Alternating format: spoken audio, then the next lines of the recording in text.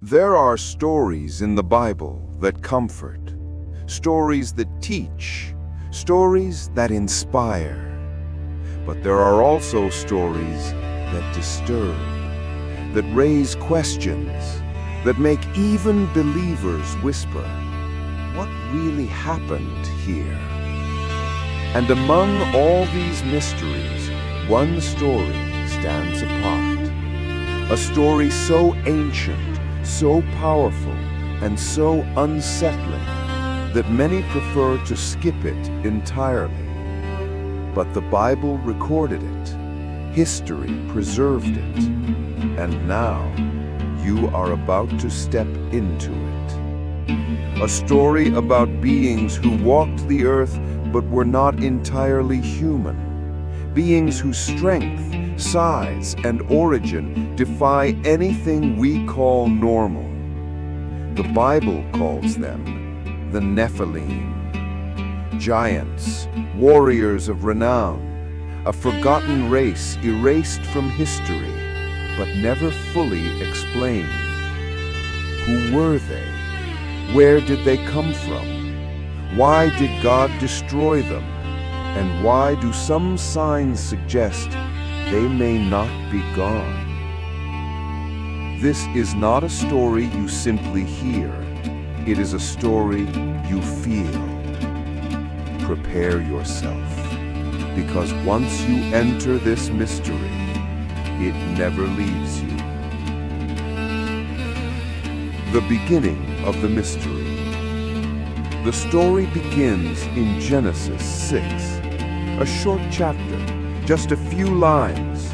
But inside those lines lies one of the most controversial passages of Scripture. The text says that the sons of God saw that human women were beautiful and took them as they pleased. And from this forbidden union, the Nephilim were born. But who were these sons of God? Angels? Heavenly beings?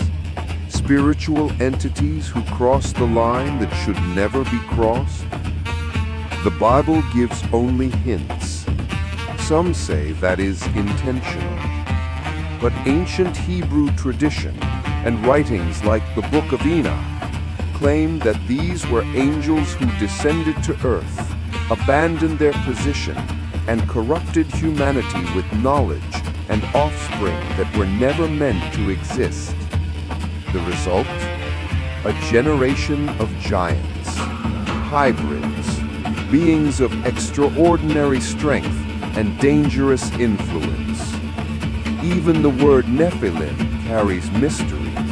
It can mean the fallen ones, or those who cause others to fall. And wherever they appeared, chaos followed. A world corrupted. Before the flood, humanity was already sinful, but something else was happening beneath the surface. The presence of the Nephilim was twisting creation itself, filling the earth with violence, domination, fear. This wasn't simply human wickedness, it was something beyond human. And so God said, the wickedness of man was great upon the earth. But when you read Genesis through the lens of the Nephilim, the meaning becomes far deeper. God wasn't just judging humans, He was protecting His creation from a corruption that threatened its very structure. The flood was not just punishment, it was reset, a purification, a defense against something that should never have existed. But the mystery doesn't stop there, because after the flood, they come back. Giants after the flood. When Israel entered the land of Canaan, they encountered people of enormous size, so large that the spies said, "We seemed like grasshoppers in our own eyes." They were called Anakim, Rephaim, giants of renown, and among them the most famous, Goliath. The Bible stops using the name Nephilim, but it makes something very clear. There were giants on the earth in those days and also afterward. But how, if the flood destroyed everything? Some scholars believe the corruption happened again. Others believe that traces of the bloodline survived through human mothers. Whatever the explanation, the giants still existed, and they were still a threat. This is why God commanded Israel to destroy certain nations completely. Most people today think these commands were harsh, but they never realized that many of these groups were direct descendants of a corrupted lineage. It wasn't just war, it was containment. It was preservation. It was God protecting humanity from repeating the same mistake. Where are they now? Here is the most unsettling part. The Bible never says the Nephilim were fully eradicated. The text goes silent, mysterious, as if their story was intentionally buried but not entirely erased. And then Jesus says something chilling.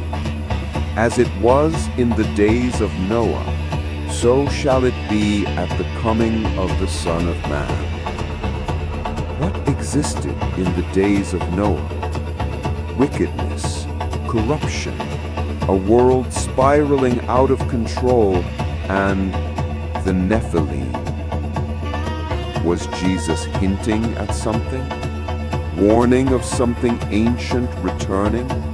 A pattern repeating itself? We don't know. But the Bible mentions the Nephilim not to satisfy curiosity, but to remind us that the spiritual battle is far older and far deeper than we imagine. So who were the Nephilim? Genetic anomalies? Fallen angels' offspring? Mythological echoes of an ancient truth? Survivors of a forgotten age? A warning for the future? Every answer leads to more questions. And maybe that's the point. The Nephilim are a reminder that not everything God created was meant to be changed. A reminder that corruption always seeks a doorway, and a warning that God has always fought to preserve the purity of His creation. If this message stirred something in you, write in the comments, "I want the truth." It helps this message reach more people. Like, share, and subscribe to Echoes of the Divine. Here we reveal the forgotten mysteries of Scripture and give voice to the questions many are afraid to ask.